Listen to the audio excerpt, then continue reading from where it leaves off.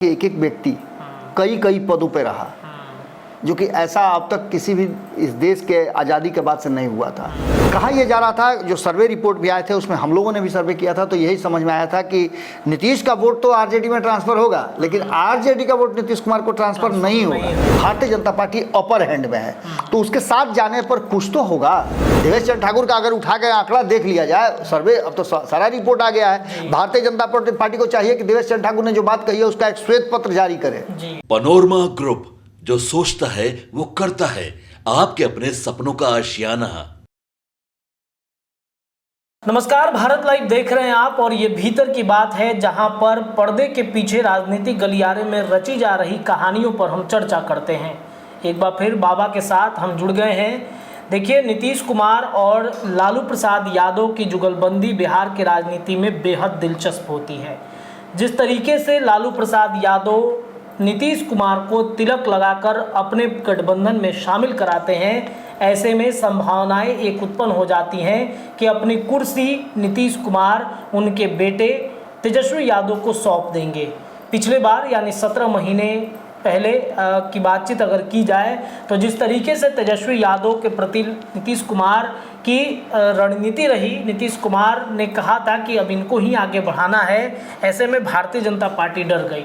अंततः ऐसा षड्यंत्र रचा गया ईडी सीबीआई का डर दिखा करके कि नीतीश कुमार को भागना पड़ा। एनडीए गठबंधन में नीतीश आ तो गए हैं, लेकिन अभी भी कई संभावनाएं बनाई जा रही हैं कि नीतीश कुमार एनडीए छोड़कर महागठबंधन में शामिल हो जाए। भारतीय जनता पार्टी भी ये जानता है कि नीतीश कुमार के राजनीतिक करियर के अंतिम दौर में उनके पार्टी पर किस तरीके से नकेल कसा जाए कि उनके सारे विधायक, उनके सांसद हमारे तरफ आ जाएं और बिहार में एक मुश्त राज हमारा हो जाए। शाह और नरेंद्र मोदी ये दोनों मिलकर रणनीति दिल्ली में बैठकर तय करते हैं। एक बार फिर से ऐसी ही परिस्थितियां उत्पन्न हुई हैं। देखिए, संसद भवन की बातचीत अगर की जाए तो वक्फ बोर्ड को लेकर जहां नरेंद्र मोदी की सरकार ने बिल तो पारित कर दिया है, लेकिन समर्थन नहीं मिला। कल कई विश्लेषण में हम बाबा के साथ इस विषय पर चर्चा भी कर रहे थे।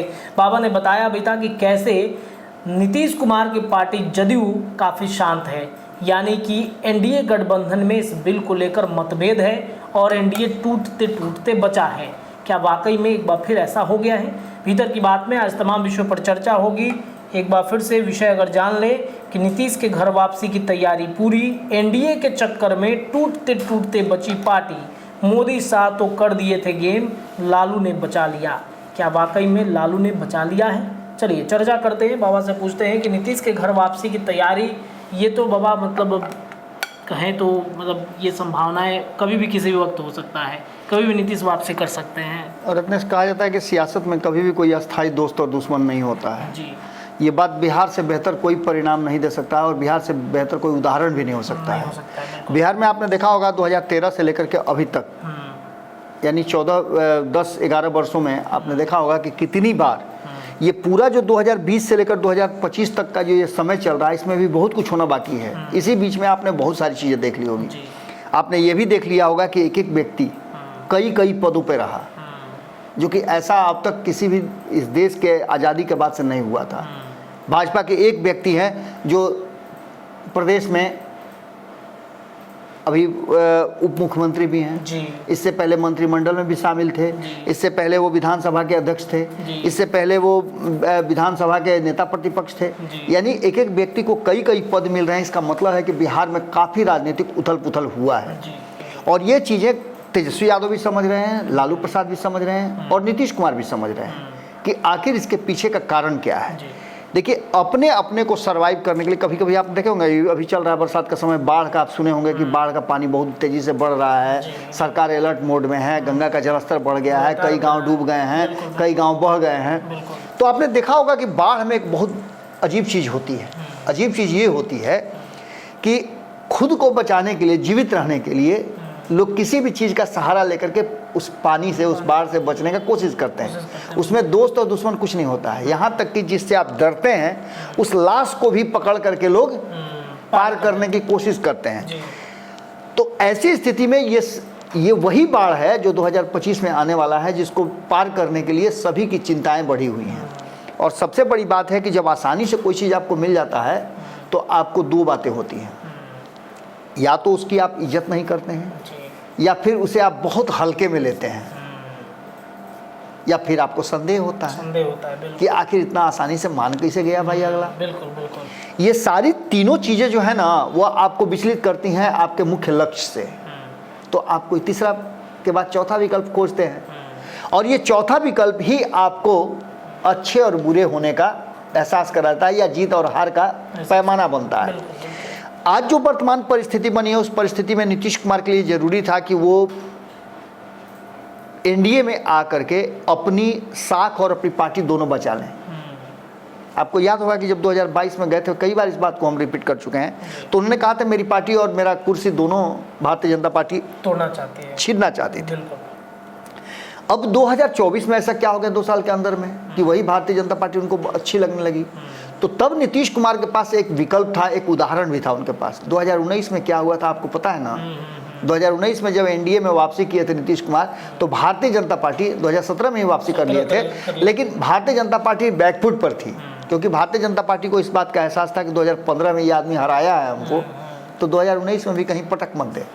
तो बड़ी इज्जत के साथ रेड कारपेट बिछा करके भारतीय जनता पार्टी ने नीतीश कुमार को वेलकम किया।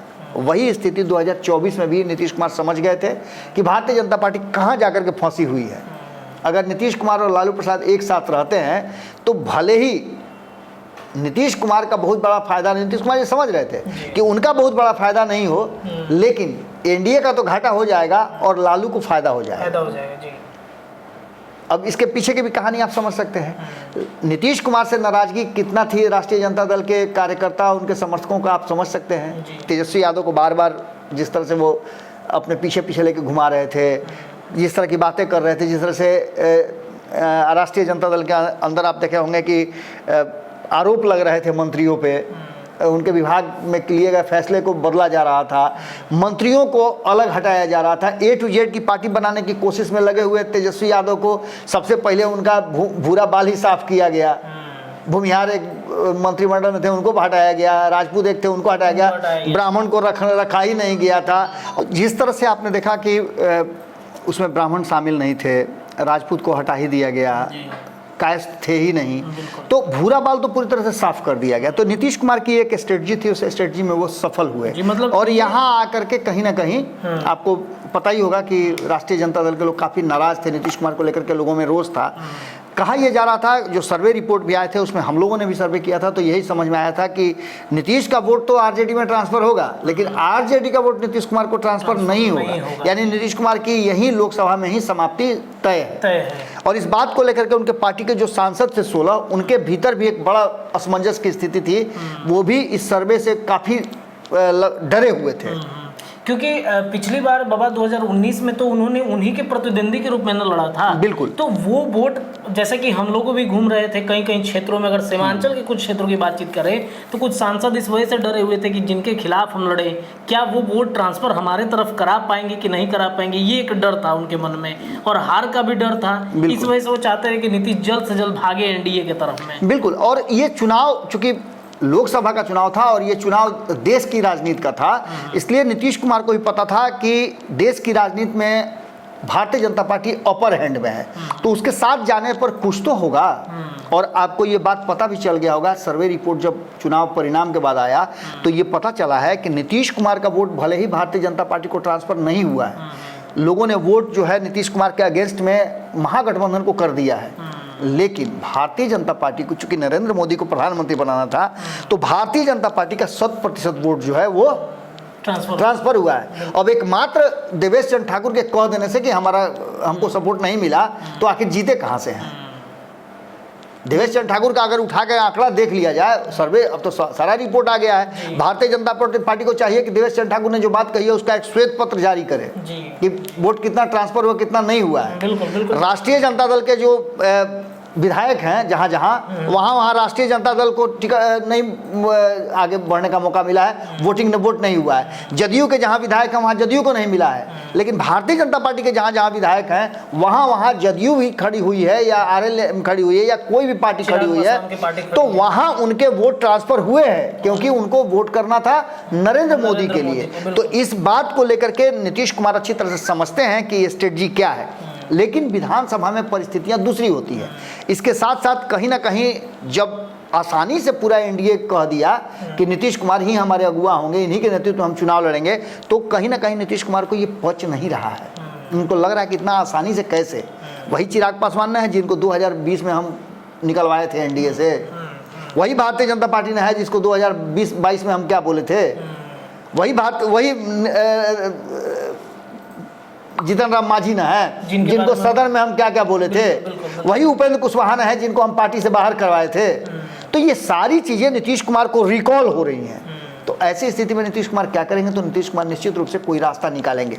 इस बीच में 2-3 बातें जो सामने आई हैं वो भी बड़ा महत्वपूर्ण है। एक तो ये सारी बातें कि नीतीश कुमार का एक भी समर्थक उस एनडीए गठबंधन में नहीं है, सारे लोग नीतीश के विरोधी हैं। और ऐसी स्थिति में जब आपके दुश्मन आपके साथ दोस्ती गांठने लगे तो आपको छनकना चाहिए, छनक के रहना चाहिए कि कभी भी घात हो सकता है। और नीतीश कुमार इसके माहिर माने जाते हैं। इसके अलावे आपने देखा होगा कि एक बहुत बड़ी स्ट्रेटजी, सबसे जरूरी था कि नीतीश कुमार को अगर कमजोर करना है तो नीतीश कुमार के तोता को कमजोर किया जाए। तोता में जान नहीं रहता था राजा का, कल तोता की तो बात भी हम लोग कर रहे बिल्कुल। तो सबसे पहले कमजोर किसको करना है, तो लालू प्रसाद को कमजोर कर देना है। लालू प्रसाद कैसे कमजोर होंगे, तो मुस्लिम वोट उनसे छीन लिया जाएगा। इसके लिए 2 स्ट्रेटजी अपनाई गई। एक तो वक्फ बोर्ड वाला मामला जिसमें 50% से ज़्यादा 70% और 80% मुस्लिम जो हैं इससे नाराज हो जाएंगे, क्योंकि उनको लगता है कि हमारे निजी बातों में दखल अंदाजी हो रही है। उसमें गैर मुस्लिमों का प्रवेश कराना, ये भी उस अमेंडमेंट का हिस्सा था। इसके अलावा वहाँ डीएम को अधिकार देना, जैसे आम ज़मीनों पर आप जानते हैं कि डीएम का अधिकार होता है, डीएम ही उसमें गवर्निंग बॉडी होता है, उस तरह से वक्फ बोर्ड की ज़मीन पर भी होना। इसके अलावे एक प्रशांत किशोर को सामने करके और मुस्लिम वोटों को तोड़ना, ये भी एक स्ट्रेटजी का हिस्सा था। यानी लालू प्रसाद को तोड़ने की कवायद हो रही थी और लालू प्रसाद समय रहते इस बात को समझ गए। लालू प्रसाद को ये बात समझ में आ गया कि अब यहाँ से तेजस्वी यादव नहीं, अब लालू वाला यहाँ से लीला चलेगा। लालू प्रसाद ने अपने हाथ में पूरा कमान ले लिया। और आप देखे होंगे कि इधर पिछले कई दिनों में लालू प्रसाद ने एक एक करके सबको बुलाया। आपको याद होगा कि लोकसभा चुनाव के समय में जब गए थे पप्पू यादव मिलने के लिए लालू प्रसाद और तेजस्वी यादव से, तो लालू प्रसाद के बॉडी लैंग्वेज और तेजस्वी यादव के बॉडी लैंग्वेज का दोनों का हमने वर्णन किया था। हमने अपने विश्लेषण में बताया था, कई बार कहा था कि लालू प्रसाद का बॉडी लैंग्वेज बड़ा पॉजिटिव नजर आ रहा था, लेकिन तेजस्वी पैदल चल रहे थे और बातचीत कर रहे थे, करने की कोशिश कर रहे थे जब पप्पू यादव, तो तेजस्वी ने उनके तरफ देखना तक उचित नहीं समझा। एक फॉर्मेलिटी निभा करके किसी भी तरह से अपने आप को वहाँ सर्वाइव करते हुए पप्पू यादव उस घर से अपने को बाहर लेकर आए थे। तब भी हमने कह दिया था कि ये मामला बहुत उल्टा पड़ रहा है। वही तेजस्वी यादव है जिन्होंने पप्पू यादव के बारे में कहा था कि उनको वोट दे दीजिएगा लेकिन इसको मत दीजिएगा, यानी कि हमको नहीं दीजिएगा तो आप एनडीए को दे दीजिएगा लेकिन पप्पू यादव को मत दीजिएगा। तो इसके मायने भी आप समझ सकते हैं। उसको भी कहीं ना कहीं लालू प्रसाद को, आपको याद होगा कि लालू प्रसाद से जब मनमुटाव हुआ पप्पू यादव का तो उनकी सदस्यता बरकरार रही थी।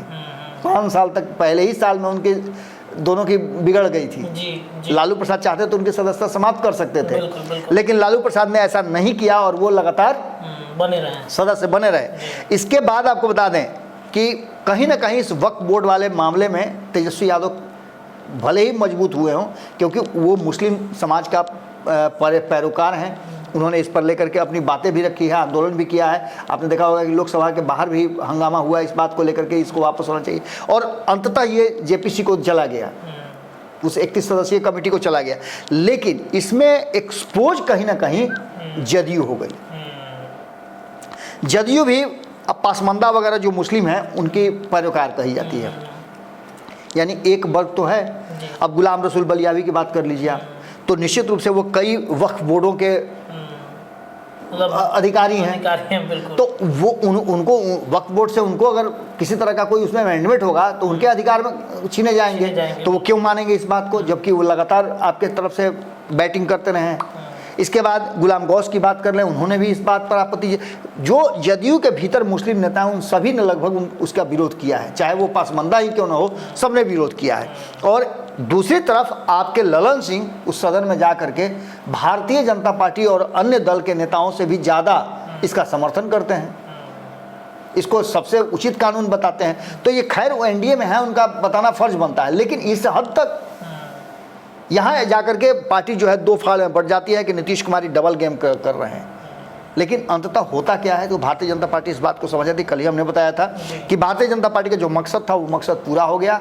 वो हिंदुओं के मन में ये बात डाल चुकी है कि वक्फ बोर्ड कानून हम लाना चाहते थे, लेकिन इन लोगों ने नहीं लाया है, नहीं लाने दिया है। इसके बाद हमने एक और खुलासा किया था कि आने वाले 4 राज्यों में चुनाव, उसके बाद राज्यसभा के सीटों की बात, ये सारी आज आपने देखा होगा कि अखबारों ने भी आज हेडलाइन इसको बनाया है। तो ये सारी चीज़ें कहीं ना कहीं समझ में आ रही हैं नीतीश कुमार को भी। और लालू प्रसाद एक गेम चेंजर है, इस बात को आपको मानना पड़ेगा। नीतीश कुमार तो पाला बदलते हैं ना, Lalu Prasad real game changer है। और लालू प्रसाद कभी भी अपने विरोधियों को, अपने दुश्मनों को भी समेट कर ऊंची पीढ़ी देते हैं, उनको ऊंचा आसन देकर के बैठाते हैं। अब जैसे आप कई लोगों का नाम आप सुन लीजिए, श्याम रजक का नाम सुनिए, श्याम रजक ने क्या नहीं किया, उनको ऊंचा पीढ़ी दिया। उदय नारायण चौधरी की बात कर लीजिए, उनको भी ऊंचा पीढ़ा दिया। इसके अलावे आप शिवानंद तिवारी की बात कर लीजिए, उनको भी ऊंचा पीढ़ी दिया। नीतीश कुमार और ललन सिंह, उनको भी दिया था, उनको भी ऊंचा पीढ़ी दिया, जिन्होंने क्या नहीं किया।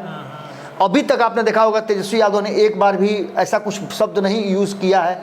उसके साथ साथ लालू प्रसाद की ही स्ट्रेटजी है कि सुनील सिंह वाले मुद्दे पर कोई भी कुछ नहीं बोलेगा। आपने देखा होगा लालू परिवार की तरफ से सुनील सिंह का कोई सपोर्ट नहीं हो रहा है। जो रोहिणी आचार्य 24 घंटा सुनील सिंह के टच में रहती हैं, वो भी कुछ नहीं बोली। जिनके लिए प्रचार प्रसार खूब किया, रणनीति बनाई छपरा में, आज सुनील सिंह कहाँ पे है, सुनील सिंह की स्थिति क्या है? तो एक स्ट्रेटजी तो ये हुई कि सुनील सिंह को रास्ते से निकाल दिया गया। और दूसरा सबसे बड़ा स्ट्रेटजी जो लालू प्रसाद ने किया है, आपको बता देते हैं कि जो थिंक टैंक कहे जाते थे तेजस्वी यादव के, जिनके चलते परिवार से लेकर के पार्टी तक सभी में आप देखिए कि एक अलग तरह का डर पैदा हो गया था, उस संजय यादव को उस रास्ते से ही हटा करके राज्यसभा भेज दिया गया है कि वो बिहार के मामले में दखलंदाजी न करें। तो ऐसी स्थिति में लालू प्रसाद ने नीतीश कुमार के बुलाने का, वापसी करने का पूरा रास्ता तैयार कर लिया, पूरी प्लानिंग तैयार कर लिया। अब एनडीए के चक्कर में आपने देखा होगा कि कल तक नीतीश कुमार कोशिश में थे कि एनडीए को कैसे मजबूती दिया जाए, एनडीए के साथियों को कैसे बचाया जाए। इसके चलते उन्होंने विश्व सूत्री कार्यक्रम में आपने देखा होगा कि सभी दल के लोगों को बराबर अधिकार दिया है। तो वो इधर बचाने के फेर में थे एनडीए, और इधर टूट रहा था उनका पार्टी। अब ये पार्टी टूटना और इन सारी बातों को लेकर के ये सारा गेम प्लान जो है मोदी और अमित शाह का है। हम कल भी बता चुके हैं कि मोदी और अमित शाह वक्त का इंतजार कर रहे हैं। ये वो शेर हैं जो अभी थका हुआ है, जब केव से अपने निकलेगा, गुफा से निकलेगा, तो पंजा जरूर मारेगा। ये बात तो आप समझ लीजिएगा, और ये बात जग जाहिर है। निश्चित रूप से नीतीश कुमार इस बात को समझ रहे हैं, और उनको समझाने के लिए लालू प्रसाद काफ़ी हैं। अब जो विधानसभा के चुनाव होंगे वो बिहार के मुद्दों पे होंगे। इसमें आपको वक्फ बोर्ड की बात कर लीजिए, हिंदू मुस्लिम की बात कर लीजिए, हिंदू मंदिर मठ के कानून को लेकर के बात कर लीजिए। इसके अलावे आप बात बिहार को विशेष राज्य के दर्जा की कर लीजिए। जब जब विशेष राज्य का दर्जा होता है तो कुछ पैकेज आकर के बिहार को मिल जाता। फिर आपने देखा कि क्लस्टर लगाने की, उद्योग लगाने की, कपड़ा उद्योग, वस्त्र उद्योग लगाने की बात चल रही है। ये सारी चीज़ें, राशियाँ वहाँ से निर्गत की जा रही हैं विभिन्न परियोजनाओं के लिए, जो है वो दिया जा चुका है। बिल्कुल, शिक्षा तो विभिन्न परियोजनाओं में, विभिन्न काम के लिए राशियां भी मिलने लगी हैं। तो ये सब चीज़ें करके कहीं ना कहीं नीतीश कुमार को रोकने की कोशिश की जा रही है।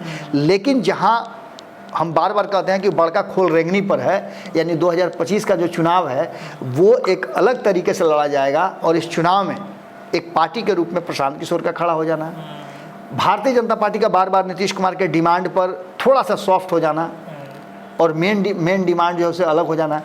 आरक्षण के मुद्दे पर नीतीश कुमार बहुत ज़्यादा कुछ कर रहे हैं। ये मुद्दा सबसे ज़्यादा सेंसिटिव मुद्दा है, और इस मुद्दे पर भारतीय जनता पार्टी की चुप्पी बहुत कुछ कह रही है। उसके साथ साथ जातीय जनगणना पर भी नीतीश कुमार फंसे हुए हैं, उसको अपने तरफ ले लिया है कांग्रेस ने।